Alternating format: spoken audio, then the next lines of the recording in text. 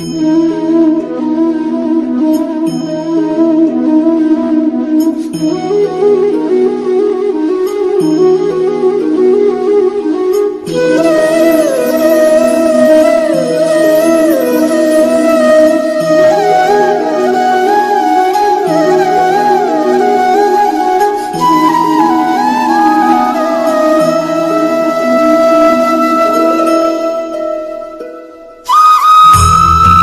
নিতাই, জয় গৌ, জয় রাধা মদন মোহন।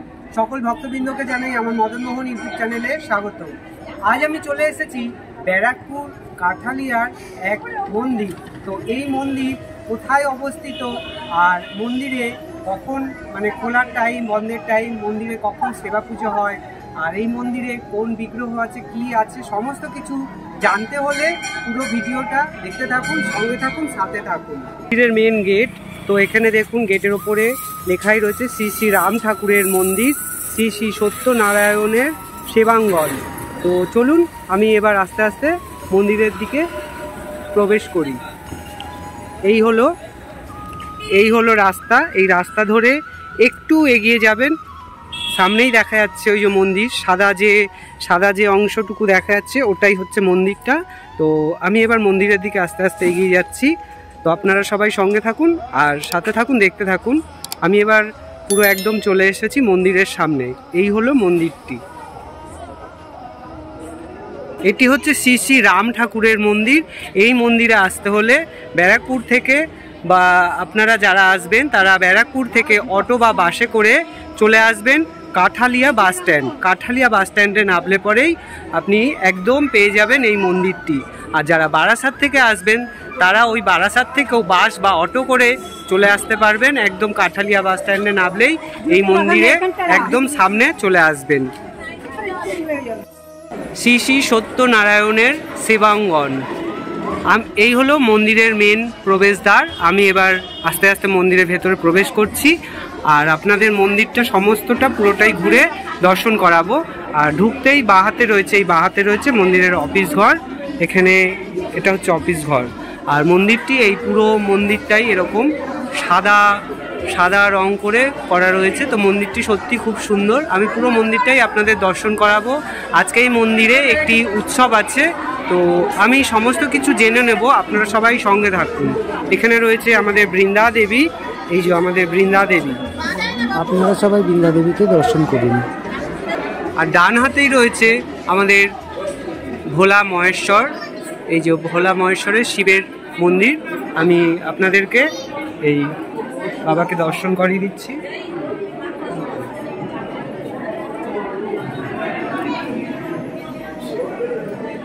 আমাদের এই হলো হর হর মহাদেব। সমস্ত বিষয়টা জেনে নেব যিনি এই মন্দিরের এখানে কর্তা, তার থেকে আমি জেনে নেব এই ব্যাপারে। মন্দির কবে প্রতিষ্ঠা হয়েছে, মন্দিরে কবে কবে উৎসব হয়, সমস্ত কিছুটাই আমি জেনে নেব এই দিদির থেকে।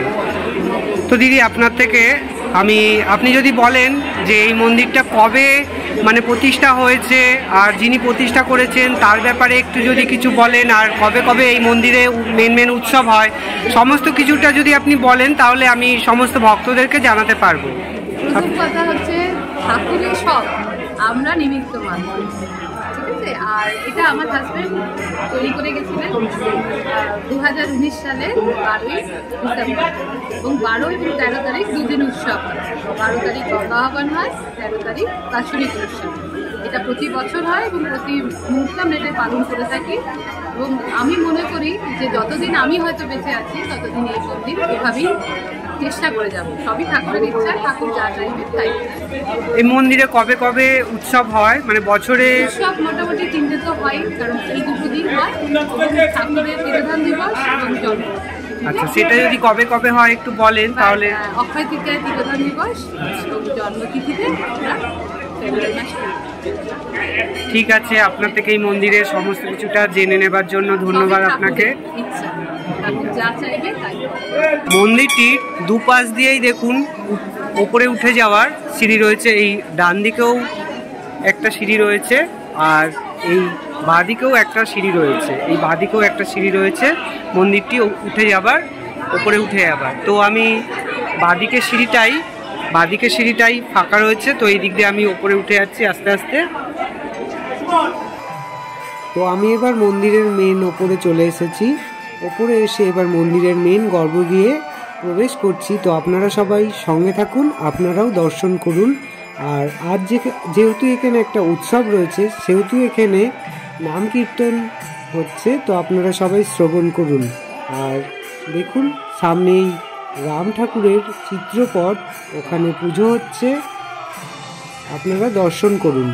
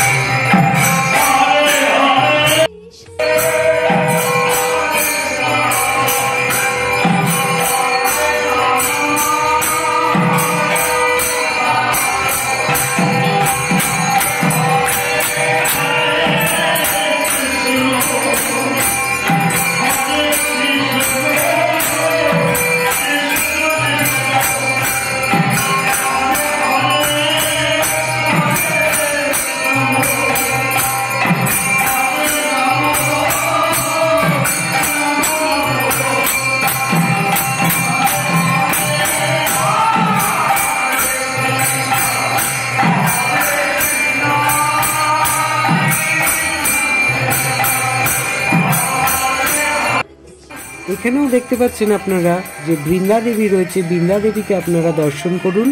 আমি বৃন্দা দেবীকে আপনাদের দর্শন করিয়ে দিলাম। আর এইখানে রয়েছে রাম ঠাকুরের চিত্রপট। তো চিত্রপটে এখন সেবা পুজো হচ্ছে, আপনারা দর্শন করুন।